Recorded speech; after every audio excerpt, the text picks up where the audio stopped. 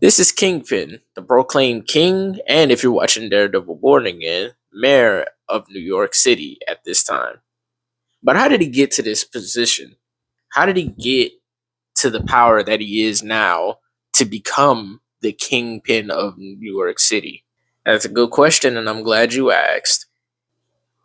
Standing at 6 feet and 7 inches and weighing over 400 pounds, that's 180 kilograms to those who use it, Wilson Fisk was born in New York City to a very poor family. Because of his poor upbringing, his family argued quite often, and because of his obesity, he was bullied in school. But in spite of these things, Wilson Fisk had aspirations to be greater. But in order to be great, one has to start from the bottom. And for Wilson Fisk, his start from the bottom was building himself up. And in order to do this, he did it in three different parts.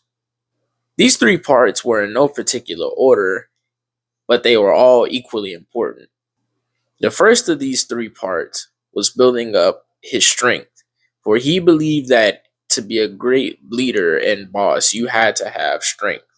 So, in order to do that, he used any form of bodybuilding he could get his hands on, weightlifting, just being an actual bodybuilder. And he got to the point where he was so enamored with Japanese culture, he took up sumo wrestling. So if you think that Wilson Fisk can't throw around that weight, you'd be sorely mistaken, because he gets down, and you do not want to be in the way of it. The second facet of his life that he spent very much time developing was his knowledge. For you can't be a good crime boss and not be intelligent. Once again, his family was poor, so this made it a little bit difficult to actually get a good education. But that didn't stop him, for he did any means necessary to get his hands on some knowledge, even outright stealing books if he needed to. He eventually got into political science, which is the third part of how he developed himself to be a master crime boss. For political science really lets him be, or how do I say, it helped him understand how to talk to people and, being in positions to, make conversation and make deals with people. And just that sort of situation. That's how important political science is to him and what ultimately gives him the charisma he needs to, do what he does. Because of these three facets, he was able to form his own gang at the age of 15, which, for being such a young age and having your own gang, that's no small feat. However, he does eventually become the enforcer of Don Rigoletto, to which he inevitably kills, to gain his position in the hierarchy. But while working for Don Rigoletto, he comes across a man named Miles Morales.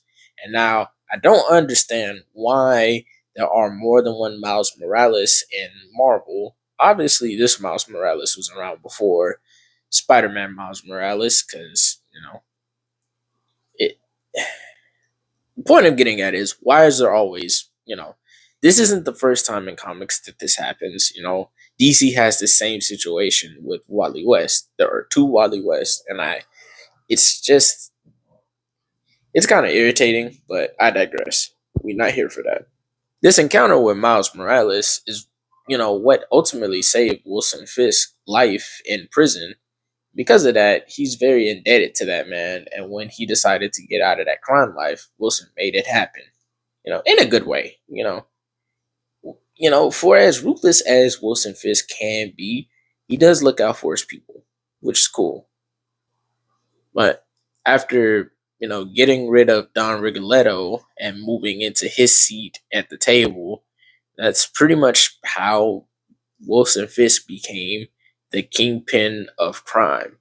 There's more to the story, but that's really just, those are like the niche parts, and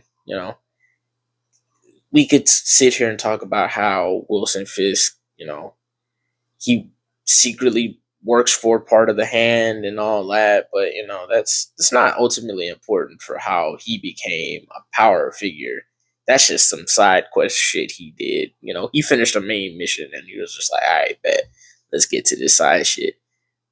But ultimately, Kingpin is a very formidable enemy for the likes of Daredevil, the Punisher, and Spider Man, as seen in the animated series. So, needless to say, Kingpin is not a person to be taken lightly. You know, it's just, he's very dangerous and has a lot of power. So he's an enemy that has to be taken very seriously and dealt with very particularly. But that's pretty much all I got for y'all. That's the history of how Kingpin got into power, and that's pretty much it.